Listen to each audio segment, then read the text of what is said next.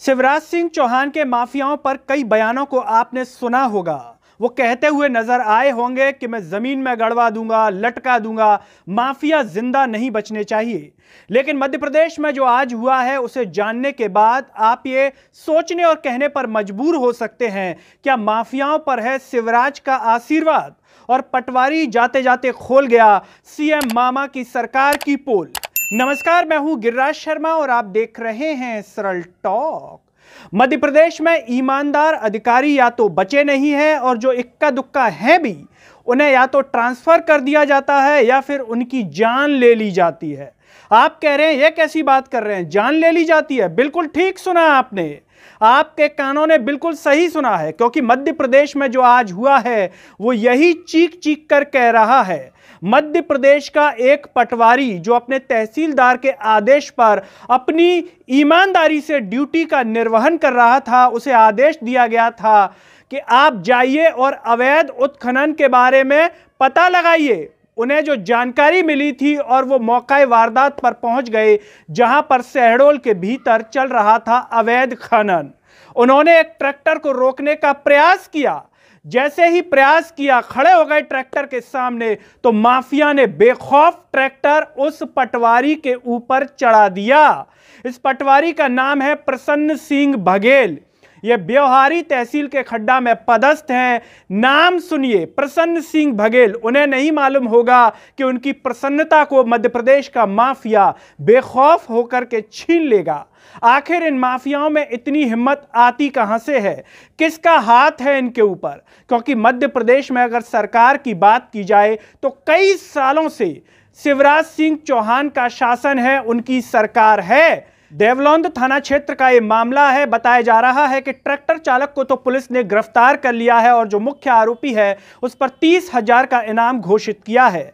हमने सोचा कि शिवराज सिंह चौहान ने क्या इसको लेकर के ट्वीट किया है, तो हमने उनका ट्विटर हैंडल और उनका जो ऑफिशियल ट्विटर हैंडल है उसको जब चेक किया तो पटवारी को लेकर के किसी भी प्रकार का कोई ट्वीट नहीं किया उन्होंने। यह जानकर के हमें बड़ा आश्चर्य हुआ कि चुनाव के पहले वोट मांगने के लिए घर घर झोली फैलाने वाले शिवराज सिंह चौहान का पटवारियों को लेकर के कोई ट्वीट तक नजर नहीं आया। फिर हमने देखा कि कमलनाथ ने कोई ट्वीट किया है क्या, तो कमलनाथ ने ट्वीट किया है, उनकी आत्मा की शांति के लिए प्रार्थना की है और शिवराज सरकार पर निशाना साधा है। वो कह रहे हैं कि शिवराज सिंह चौहान की सरकार में जो भ्रष्टाचार पनपा है उससे इन माफियाओं को हिम्मत मिल रही है।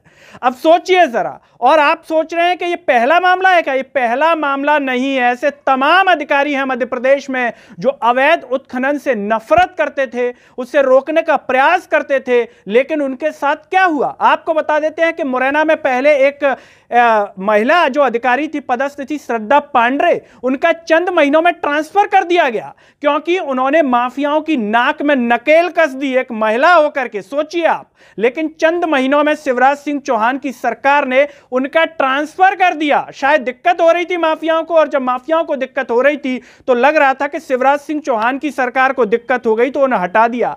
आईपीएस नरेंद्र कुमार, उनको भी जो है ट्रैक्टर के द्वारा इसी तरीके से उनकी जान ले ली गई, इसी मध्य प्रदेश के भीतर।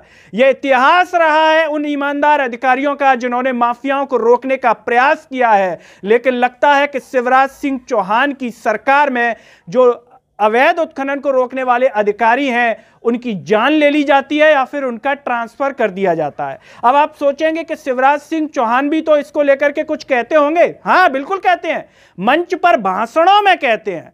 हरदा के रेहट में एक बार शिवराज सिंह चौहान कह रहे थे कि सुन लें कलेक्टर और कमिश्नर, माफियाओं को रोका जाए, अवैध शराब और तमाम तरह की लंबी लंबी बातें। जरा सुन लीजिए शिवराज सिंह चौहान के मुंह से आप। रेत का उत्खनन नहीं होना चाहिए, कलेक्टर एसपी कमिश्नर आ जाए, ये संकल्प करें कि किसी भी कीमत पर अवैध दारू नहीं बिकेगी, अवैध रेत का उत्खनन नहीं होगा। ये गड़बड़ चीजें पूरी ताकत के साथ रोक दो।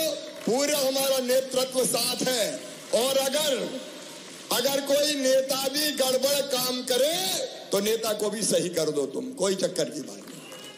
आपने सुन लिया शिवराज सिंह चौहान को। अब आप खुद कह सकते हैं कि भाषणों में इस प्रकार की बातें, लेकिन जमीनी हकीकत पर तो कुछ और है। क्या इस शिवराज सिंह चौहान की नौटंकी है, ड्रामा है? आप खुद कह रहे होंगे, इस बात को हमें कहने की आवश्यकता नहीं पड़ेगी।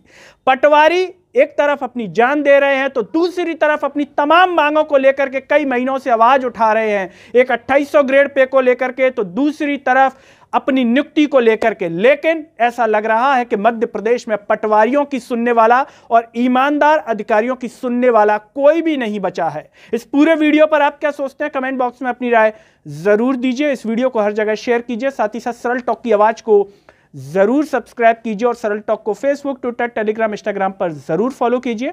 और अंत में सभी से एक अपील है कि सरल टॉक को ज्वाइन व थैंक्स बटन के द्वारा सहयोग प्रदान कीजिए, जिससे हम और बेहतर कार्य कर सकें। नमस्कार।